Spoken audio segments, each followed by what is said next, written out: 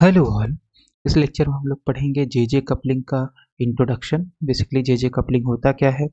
फिर इसमें हम लोग देखेंगे कि इसमें कौन सा टर्म यानी कौन सा इंटरेक्शन डोमिनेट करेगा किस इंटरेक्शन के ऊपर। फिर हम लोग इसमें देखेंगे कि जे कैसे निकलेगा यानी टोटल एंगुलर मोमेंटम कैसे निकलता है। ओके। फिर इसमें हम लोग एक एग्जांपल देखेंगे कि जे कपलिंग में स्पेक्ट्रोस्कोपिक टर्म 4p और 4d यानी 4p1 और 4d1, 4p में एक इलेक्ट्रॉन है और 4d में इलेक्ट्रॉन है। उसके लिए जे कपलिंग में स्पेक्ट्रोस्कोपिक टर्म क्या आएगा। ठीक है। ओके। तो सबसे पहले आते हैं स्पेक्ट्रोस्कोपिक टर्म के ऊपर। तो ये बेसिकली जे कपलिंग जो होता है वो किसके लिए होता है। This is applicable to heavier atoms. तो ऐसे ऐसे एटम जो हैवी होते हैं उनके लिए जे कपलिंग अप्लीकेबल है। एलएस कपलिंग किसके लिए होता है, लाइटर एटम के लिए। दिस इज applicable यानी जे coupling is applicable to heavier atoms for which spin orbit interaction, spin orbit magnetic interaction predominates over residual electrostatic interaction and spin spin correlation। तो ये क्या है। सबसे पहले हमारे पास मान लो ये एटम है। ठीक है, ये एटम है। तो एटम कैसे होगा, यहाँ पे न्यूक्लियस होगा और इलेक्ट्रॉन बाहर होंगे, है ना, बाहर ऑर्बिटल में होंगे। तो मान लेते हैं ये इलेक्ट्रॉन अपने ऑर्बिटल में है, ये इलेक्ट्रॉन है, ये इलेक्ट्रॉन है, ये इलेक्ट्रॉन है। ठीक है, इस तरीके से इलेक्ट्रॉन है आपके पास अपने ऑर्बिट में मोशन कर रहे हैं इलेक्ट्रॉन। ठीक। तो अब यहाँ पे ये है। तो सबसे पहले इलेक्ट्रॉन का अगर हम हैमिल्टोनियन लिखें तो इलेक्ट्रॉन के हैमिल्टोनियन में काइनेटिक एनर्जी पार्ट होगा और एक होगा मतलब टोटल इलेक्ट्रॉन की काइनेटिक एनर्जी और टोटल इलेक्ट्रॉन की पोटेंशियल एनर्जी। तो पोटेंशियल एनर्जी में कौन कौन सा टर्म आएगा। तो पोटेंशियल एनर्जी में आपके पास आ जाएगा, पोटेंशियल एनर्जी में आपके पास आएगा, एक आएगा अट्रैक्शन न्यूक्लियस और इलेक्ट्रॉन का।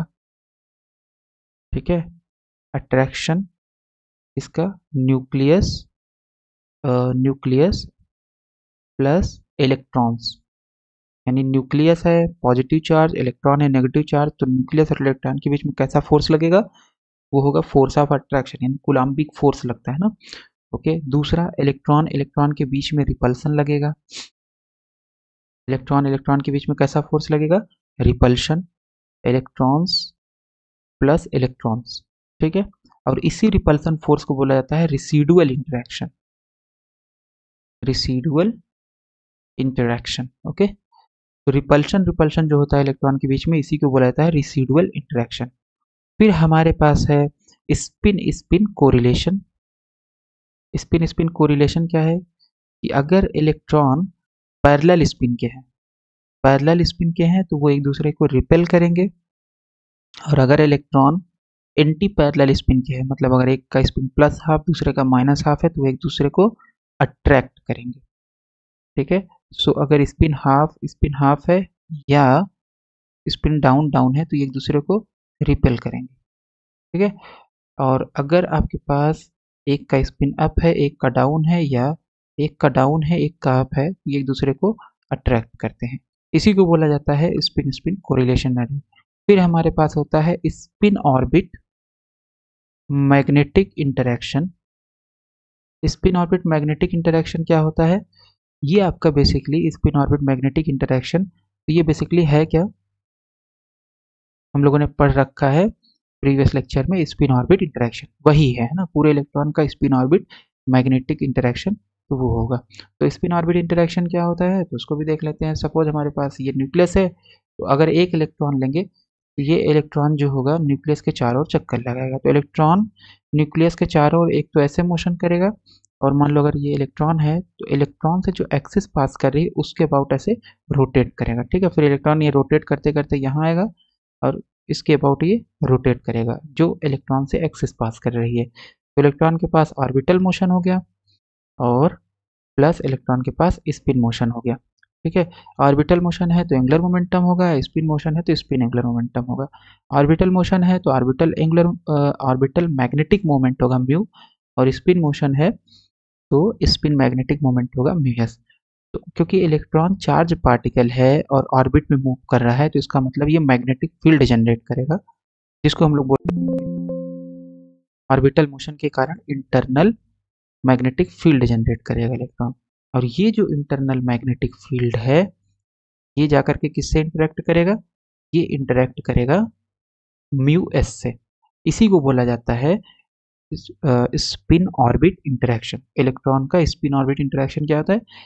जो ऑर्बिटल मैग्नेटिक फील्ड इलेक्ट्रॉन का है और जो स्पिन मैग्नेटिक मोमेंट इलेक्ट्रॉन का है, ये दोनों आपस में जब इंटरेक्ट करते हैं तो उसे बोलते हैं स्पिन ऑर्बिट इंटरेक्शन। तो अगर हम एलएस कपलिंग की बात करें, जो प्रीवियस लेक्चर हम लोगों ने पढ़ा, सो एलएस कपलिंग में आपके पास ये टर्म जो रहेगा, अट्रैक्शन छोड़ देते हैं, तो ये जो टर्म रहेगा रिपल्शन स्पिन स्पिन कोरिलेशन, ये डोमिनेट होता है और ये बहुत कम होता है। Spin orbit magnetic, okay, spin orbit magnetic interaction बहुत कम रहेगा और ये वाला जो है स्पिन स्पिन और रिपल्शन वाला टर्म ज़्यादा रहेगा इफेक्टिव। ओके, जे कपलिंग में क्या होगा?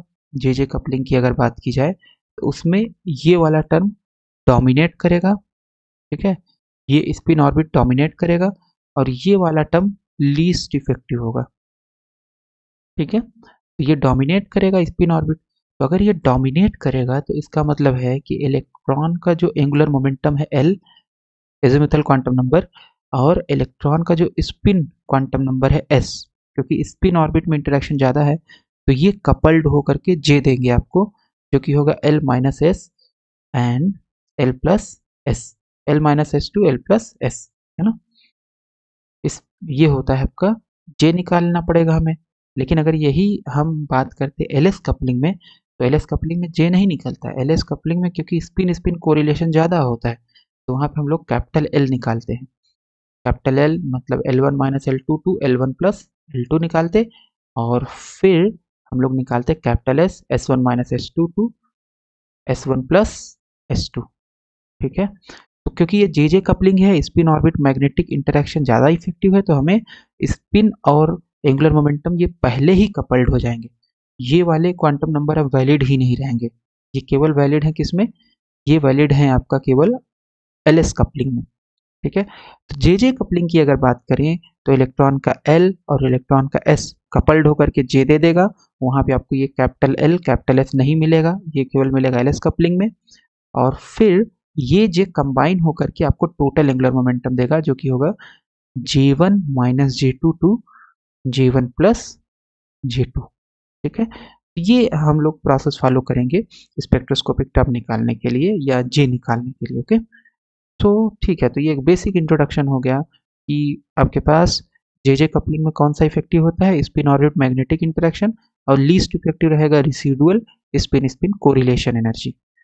यहाँ पे हम लोग एक बार इसको रिपीट कर देते हैं। So this is applicable to heavier atoms, J coupling is applicable to heavier atoms for which spin orbit interaction dominates over residual electrostatic interaction, यानी इलेक्ट्रॉन इलेक्ट्रॉन के बीच में जो रिपल्सन फोर्स लग रहा है, और spin spin correlation. Spin spin correlation मतलब अगर हाफ हाफ स्पिन है तो रिपेल करेगा, माइनस हाफ है तो भी रिपेल करेगा, हाफ माइनस हाफ स्पिन है तो अट्रैक्ट करेगा इलेक्ट्रॉन को।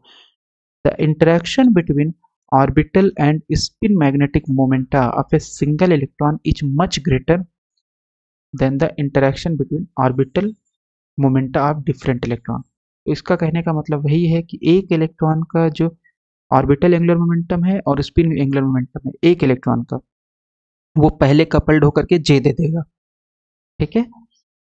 The unperturbed energy level splits due to spin orbit magnetic interaction के कारण स्प्लिट होगा, फिर रिसीडुअल इलेक्ट्रोस्टैटिक इंटरेक्शन के कारण, फिर स्पिन स्पिन कोरिलेशन के कारण। As a result of stronger spin orbit interaction each electron, ये इंपॉर्टेंट है कि हर सिंगल इलेक्ट्रॉन के लिए पहले हमें निकालना पड़ेगा जे, जो कि होगा L minus half and L plus half, okay. और फिर हमारे पास टोटल एंगुलर मोमेंटम यानी जो आएगा, जो इस जे के करस्पॉन्डिंग एंगुलर मोमेंटम होता है, हमें पता है क्वांटम मैकेनिक्स से ये क्या होता है, under root J plus one H cross, as a result of residual interaction and spin spin correlation. तो स्पिन ऑर्बिट इंटरेक्शन के कारण हर इलेक्ट्रॉन के करस्पॉन्डिंग हमें स्मॉल जे निकालना पड़ेगा, ठीक है। स्मॉल जे निकल गया। फिर as a result of residual interaction and spin spin correlation, क्योंकि ये लीस्ट इफेक्टिव है, तो ये हर इलेक्ट्रॉन का जो जे निकला है वो कंबाइन हो जाएगा। मतलब मान लो एक इलेक्ट्रॉन का है J1, दूसरे का है J2, तो वो कंबाइन होकर के हमें देगा जे। तो जे कैसे निकलेगा? J1 माइनस J2 का मॉड 2J1+J2, है ना। J1 माइनस J2 से J1 प्लस J2 तक होगा। तो J बराबर हो जाएगा J1 प्लस पहले इलेक्ट्रॉन का J1, दूसरे का J2 एंड सो ऑन, उसकी मिनिमम वैल्यू, फिर J1 plus J2 plus and so on, उसमें +1 ऐड कर दीजिए और करते चले जाइए कहाँ तक, जहाँ तक J1 प्लस J2 का जो मैक्सिमम मान है वो ना अचीव कर लें। तो इसके करेस्पॉन्डिंग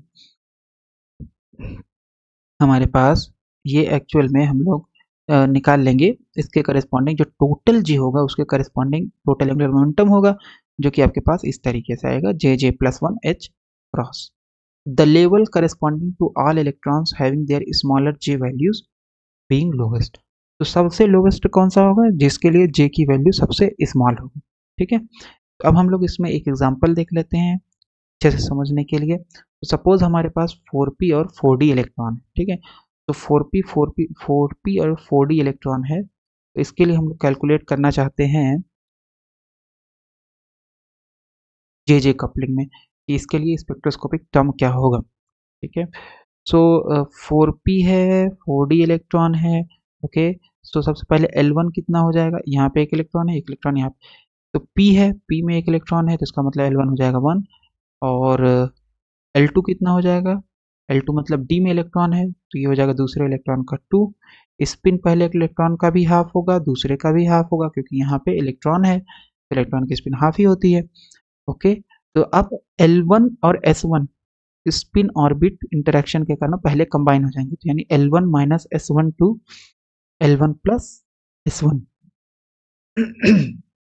सो L1 माइनस S1 अगर हम करेंगे तो 1 minus half to 1 plus half. ठीक है, तो 1 प्लस हाफ, 1 माइनस हाफ करेंगे तो आएगा हाफ टू 1 प्लस हाफ यानी 3/2। सो हाफ से 3/2 जाना है एक एक के डिफरेंस पे, जब तक कि आपको 3/2 ना मिल जाए। एक्सक्यूज मी, तो J1 आ जाएगा आपके पास हाफ, और एक ऐड करेंगे 3/2, लास्ट वाला मिल गया। इसका मतलब हाफ से 3/2 के बीच में केवल दो ही वैल्यूज आएंगी, हाफ और 3/2। तो ये हमें मिल गया पहले इलेक्ट्रॉन का J1, पहले इलेक्ट्रॉन का J1, तो स्पिन ऑर्बिट इंटरेक्शन के कारण J1 मिल गया। फिर इसी तरीके से J2 निकाल लेंगे, तो J2 हो जाएगा L2 minus H2 to L2 plus H2 में मॉड लगाने की जरूरत नहीं है क्योंकि ये प्लस है, राइट। तो L2 माइनस H2, L2 है 2, H2 है हाफ, सो ये हो जाएगा 2 minus half to 2 plus half. इसका मतलब J2 की वैल्यू कितनी हो जाएगी, J2 की वैल्यू हो जाएगी, सो दिस इज 3/2 टू J1 को हम लोग ऐसे एक बना लेते हैं बॉक्स में, नहीं तो अभी हमें ढूंढने में परेशानी होगी। सो दिस इज 3/2 टू, इसको सॉल्व करेंगे तो 2, सो दिस इज 5/2, यानी 3/2 से 5/2। तो J2 की वैल्यू कितनी हो गई, J2 की वैल्यू हो गई 3/2 से 5/2 जाना है एक एक के डिफरेंस पे, तो दो ही वैल्यू आएगी, एक 3/2 और एक 5/2। ये J2 आ गया। तो ये आ गया स्पिन ऑर्बिट इंटरेक्शन के कारण सिंगल इलेक्ट्रॉन का जो एंगुलर मोमेंटम होगा और सिंगल इलेक्ट्रॉन का स्पिन होगा वो इस तरीके से कंबाइन हो जाएगा। ठीक है, तो L1 यानी पहले इलेक्ट्रॉन के लिए J1 आ गया, दूसरे इलेक्ट्रॉन के लिए J2 आ गया। तो टोटल एंगुलर मोमेंटम अगर हम निकालेंगे, टोटल एंगुलर मोमेंटम के करेस्पॉन्डिंग हो जाएगा, ये आ जाएगा, राइट। तो अब हम इनको क्या कर सकते हैं, कंबाइन कर सकते हैं। तो हमारे पास J1 और J2 का जो स्टेट आएगा, J1 और J2 का जो स्टेट आएगा वो क्या हो जाएगा, वो हो जाएगा हाफ 3/2, पहले ये कंबाइन हो गया, फिर हाफ 5/2।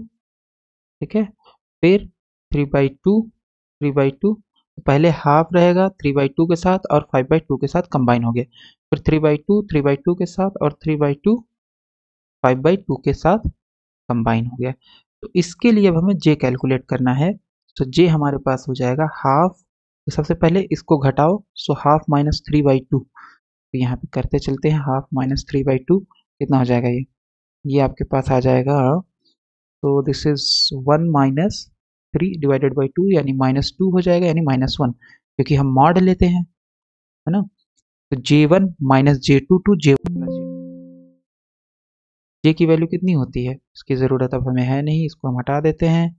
ठीक है, सो J की वैल्यू होती है आपके पास very famous. So it is J1 minus J2 to J1 plus J2. ठीक, J1 minus J2 to J1 plus J2. तो J1 माइनस J2 कर लेते हैं तो ये हो गया हाफ, मतलब इस एंगुलर मोमेंटम कॉम्बिनेशन के लिए हाफ माइनस 3/2. एक निकाल लेते हैं, बाकी हम लोग डायरेक्ट लिख देंगे हाफ प्लस 3/2. ठीक, जस्ट इसके लिए हाफ माइनस 3/2, हाफ प्लस 3/2. तो हाफ माइनस 3/2 करेंगे, कितना आया है -1, यानी मॉड है तो 1 हो जाएगा, 1 2. और ये हाफ प्लस 3/2 को अगर ऐड करेंगे तो ये हो जाएगा 4/2. तो 4/2 यानी 2 आ जाएगा. कितना आएगा? 2 आ जाएगा. ठीक है, तो इसका मतलब j की वैल्यू हो जाएगी 1, 2. तो इस कॉम्बिनेशन के लिए j की वैल्यू कितनी हो जाएगी? 1, 2 हो जाएगी. ठीक है, हाफ माइनस 5/2 इसके लिए अगर करेंगे तो पहले हाफ को 5/2 में से घटाओ, तो ये हो जाएगा आपके पास, so this is 5, so this is 2. और इसकी जो वैल्यू होगी वो कितनी होगी? वो हो जाएगी half minus 5/2, so this is 2, तो 3. ठीक है, 3/2, 3/2 घटाओगे तो 0 होगा मिनिमम वैल्यू, मैक्सिमम वैल्यू हो जाएगी 3, so यानी 0 1 2 3 इसके करस्पॉन्डिंग हो गई. और इसके करस्पॉन्डिंग कैपिटल जे की वैल्यू तो पहले घटाओ, तो घटाओगे 3 माइनस यानी 1 होगा, है ना. 3/2 माइनस 5/2 1 आ जाएगा, और फिर ऐड करोगे तो ये हो जाएगा 3/2 प्लस 5/2, तो ये हो जाएगा 5 3 8, सो दिस इज 4, यानी 1 से 4 जाना है हमें, तो 1 2 3 4. तो ये हमारे पास कैपिटल जे आ गया, और ये हमारे पास कैपिटल जे आ गया, और ये J1 J2 का कॉम्बिनेशन आ गया. तो इसका मतलब हमारे पास स्पेक्ट्रोस्कोपिक टर्म क्या होगा? स्पेक्ट्रोस्कोपिक टर्म हमारे पास हो जाएगा, सो आ जाएगा हाफ 3/2 1, 2. ठीक है, फिर आएगा इसके करस्पॉन्डिंग ये है, फिर इसके करस्पॉन्डिंग ये है, फिर इसके करस्पॉन्डिंग ये है, इसके करस्पॉन्डिंग ये है, और ये है हाफ 5/2 2, 3, फिर है 3/2 3/2 0 1 2 3, फिर है आपके पास 3/2 5/2, और ये है आपके पास 1 2 3 4. ठीक, तो ये हमारे पास आ गए. जो टर्म आएगा जे जे कपलिंग में वो ऐसे लिखा जाता है ना, J1 J2, और फिर कैपिटल जे को यहाँ नीचे लिख दिया जाता है. ठीक है, तो ये हमारे पास टोटल आ गया कैपिटल जे की वैल्यू किसके लिए? 4p1 और 4d1 के लिए. जे जे कपलिंग में जो टर्म आया 4p1 और 4d1 के लिए, तो एक बार यहाँ रिपीट कर देते हैं इसे जल्दी से. तो ये 4p1 4d1 है, L1 हो जाएगा 1, L2 हो जाएगा 2, S1 हो जाएगा हाफ, और S2 भी हो जाएगा हाफ. तो J1 निकाल लेंगे, मतलब इस इलेक्ट्रॉन का स्पिन के साथ कॉम्बिनेशन या कपलिंग, है ना. So L1 minus S1 to L1 plus S1 calculate कर लेंगे, ये आ जाएगा हाफ 3/2. फिर इस इलेक्ट्रॉन का इस इलेक्ट्रॉन के साथ इस एंगुलर मोमेंटम का इस स्पिन के साथ कपलिंग, तो ये हो जाएगा J2 3/2 5/2. कंबाइन करेंगे तो हाफ 3/2 हाफ 5/2, ओके, 3/2 3/2 5/2 ये हो गया. तो कैपिटल जे निकाल लेंगे, तो कैपिटल जे की वैल्यू हो जाएगी इसके लिए 1 2, इसके लिए 2 3, इसके लिए 3/2 3/2, तो ये हो जाएगा 0 1 2 3, इसके लिए हो जाएगा 1 2 3 4. ठीक, तो ये कैपिटल जे की वैल्यू आ गई. इसका मतलब टर्म आपके पास आ जाएगा, ये हो जाएगा हाफ 3/2 कामा 1, 2, फिर ये हो जाएगा हाफ 5/2. तो हम लोग चेक भी कर लेते हैं ये, है ना, हम लोगों ने सही निकाला है कि नहीं निकाला है सही. तो 1 2 2 3, हाफ 3/2 हाफ 5/2, तो हाफ 3/2 हाफ 5/2 1 2 2 3. ठीक है, फिर 3/2 3/2 0 1 2 3, 3/2 3/2 0 1 2 3, फिर 3/2 5/2, 1 सेकेंड, सो 3/2 5/2 1 2 3 4, 3/2 5/2, ये है आपके पास 1 2 3 4. तो अगर हम इसको यहाँ पे, ठीक है, तो यहाँ पे अगर हम इसको लिखें तो ये कैसे दिखेगा हमें? सबसे पहले अनपर्टर्ब्ड लेवल हो गया 4p1 और 4d1, ये हो गया अनपर्टर्ब्ड. ठीक है, जब आप कोई भी इंटरेक्शन नहीं लोगे तो ये एनर्जी लेवल ऐसे था. फिर जैसे ही आपने इंटरेक्शन लिया, सो जैसे ही आपने इंटरेक्शन लिया तो ये एनर्जी लेवल दो भाग में टूट जाएगा. ठीक है, तो दो भाग में टूटा, तो दो भाग में कौन कौन से में टूटा है ये? सेकेंड, चलते हैं थोड़ा सा आगे, तो ये हो जाएगा आपके पास नॉट दो भाग में, क्योंकि यहाँ पे चार कॉम्बिनेशन बने तो चार टर्म में टूटेगा, है ना।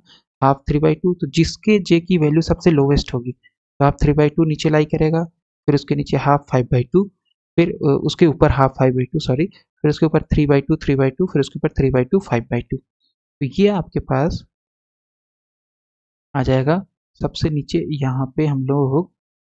Okay, so this is your, है ना। तो ये आपके पास एनर्जी लेवल ऐसे अलग अलग हो जाएगा, right. So this is your half, half 3/2, ये वाला अभी कैपिटल जे का इंट्रोडक्शन नहीं हुआ है, तो ये आपके पास है हाफ हाफ हाफ 3/2 सॉरी। ये वाला एनर्जी लेवल कौन सा है, ये है आपके पास हाफ हाफ, छोटा छोटा लिख देते हैं, 5/2। ये है आपके पास 3/2 3/2, और फिर है ये है आपके पास 3/2 और 5/2। तो ये एक सिंगल एनर्जी लेवल चार एनर्जी लेवल में टूट गया। फिर ये एनर्जी लेवल भी आगे जा करके कैपिटल जे की वजह से विभाजित होंगे, तो ये एनर्जी लेवल दो में टूटेगा, ठीक है। ये एनर्जी लेवल दो में टूटेगा, एक हो गया आपके पास 1, जे बराबर 1, और एक हो गया जे बराबर 2। तो ये आपको हम ऐसे, इसको हम ऐसे लिख सकते हैं, half 3/2 1 comma 2, 1 comma 2, not 1/2, so this is 1 comma 2।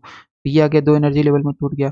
Half 5/2, ये भी आपका क्या होगा, दो एनर्जी लेवल में टूटेगा, जो कि आपके पास होगा 2 3। इसके करेस्पॉन्डिंग इसको हम लिख सकते हैं हाफ 5/2 2 कामा 3। फिर ये एनर्जी लेवल भी, ये एनर्जी लेवल तो चार में टूटा, 0 1 2 3, तो ये हो गया, तरीके से बना सकते हैं हम, तो 0 1 2 3, तो ये हो गया आपके पास हाफ सॉरी 3/2 3/2 0 1 2 3, ठीक है। और ये भी आपके पास चार एनर्जी लेवल में टूटा है, तो 1 2 3 4, ये हो गया सबसे नीचे वाला जे सबसे लोवेस्ट होगा, और ये 2 हो गया, ये 3 हो गया, ये 4 हो गया। इसको हम लिख सकते हैं 3/2 5/2 1 2 3 4। तो ये आपका अनपर्टर्ब्ड लेवल हो गया। ये स्पिन ऑर्बिट इंटरेक्शन है, स्पिन ऑर्बिट इंटरेक्शन की वजह से टूटा है। फिर ये आपका है रिसीडुअल और स्पिन स्पिन कोरिलेशन एनर्जी, उसका इफेक्ट है ना। तो इसको हम लोग एक बार यहाँ पे भी देख लेते हैं, वही सेम फिगर है।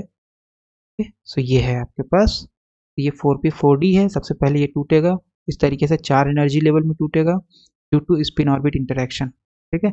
फिर ये आगे जा करके हाफ 3/2, ये आपका दो एनर्जी लेवल में विभाजित हो जाएगा, हाफ 3/2 1 और हाफ 3/2 2।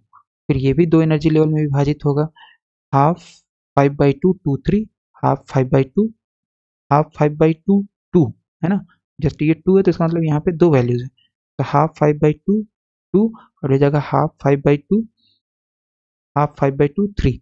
फिर ये चार एनर्जी लेवल में इस तरीके से टूट जाएगा, फिर ये भी चार एनर्जी लेवल में टूट जाएगा, जिसके लिए टर्म की वैल्यू ये होगी। तो ये हमने देख लिया जे कपलिंग में कि कैसे टर्म वैल्यूज निकालते हैं, ठीक है।